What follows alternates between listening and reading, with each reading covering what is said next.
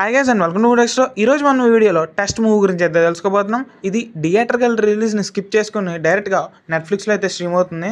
ఇందులో మాధవన్, సిద్ధార్థ్ అలాగే నయనతార అయితే లీడ్ రోల్స్లో అయితే యాక్ట్ చేశారు. అయితే ఈ మూవీ ఎలా ఉందని తెలుసుకునే ముందు మన ఛానల్కి ఎవరైనా కొత్తగా వచ్చుంటే కొంచెం ఆ సబ్స్క్రైబ్ బటన్ అనేది నొక్కుంటే మాకు చాలా ఎంకరేజింగ్ అయితే ఉంటుంది. అయితే లేట్ చేయకుండా మన మెయిన్ రివ్యూలోకి వెళ్ళిపోయే ముందు ఈ స్టోరీ వైపు కొంచెం బ్రీఫ్గా లుక్ వేస్తే, ఇందులో మెయిన్ లీడ్ వచ్చేసి మాధవన్. తాను ఒక ప్రాజెక్ట్ మీద అయితే పనిచేస్తూ ఉంటాడు. దాని అప్రూవల్ కోసం చాలా కష్టపడుతూ ఉంటాడు అనమాట.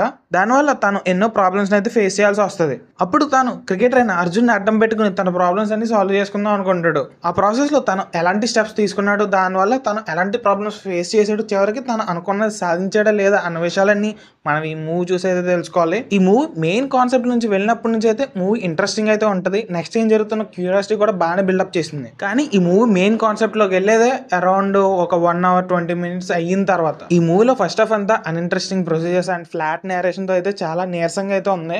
మెయిన్లీ ఆ టైం అంతా ఆ క్యారెక్టర్ డెవలప్మెంట్కి వాడుకున్నారు. కానీ ఆ క్యారెక్టర్ డెవలప్మెంట్కి మరీ అంత డ్యూరేషన్ అంటే కొంచెం ఎక్కువనే చెప్పాలి. కానీ తర్వాత నుంచి మూవీలో మెయిన్ కాన్సెప్ట్ ఆర్ కాన్ఫ్లిక్ట్ మొదలైనప్పటి నుంచి మాధవన్ అయితే సింగిల్ హ్యాండెడ్తో మూవీని లాక్కొచ్చేసాడు అంతే. మెయిన్లీ మాధవన్ క్యారెక్టర్ షిఫ్ట్ అయితే చాలా బాగా రాసుకున్నారని చెప్పాలి.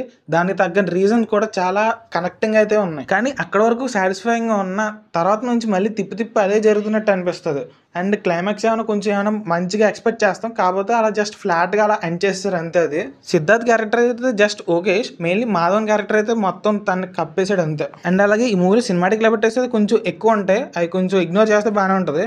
And production values and cinematography అంత డీసెంట్గానే ఉంది. సో ఫైనలీ నెట్ఫ్లిక్స్ స్ట్రీమ్ అవుతున్న ఈ టెస్ట్ మూవీ అయితే సగం పైన ఫ్లాట్గా ఉన్నా సరే మాధవన్ క్యారెక్టరైజేషన్ కోసం ఒక్కసారైనా ఈ మూవీని ట్రై చేయొచ్చు. So that's the review guys. ఈ రివ్యూ కనుక మీకు నచ్చినట్టయితే ఇలాంటి మరెన్నో మూవీ రిలేటెడ్ ఇన్ఫర్మేషన్ కోసం మనం మూవీ ఎక్స్ట్రా ఛానల్ సబ్స్క్రైబ్ చేయండి and keep watching movie extra.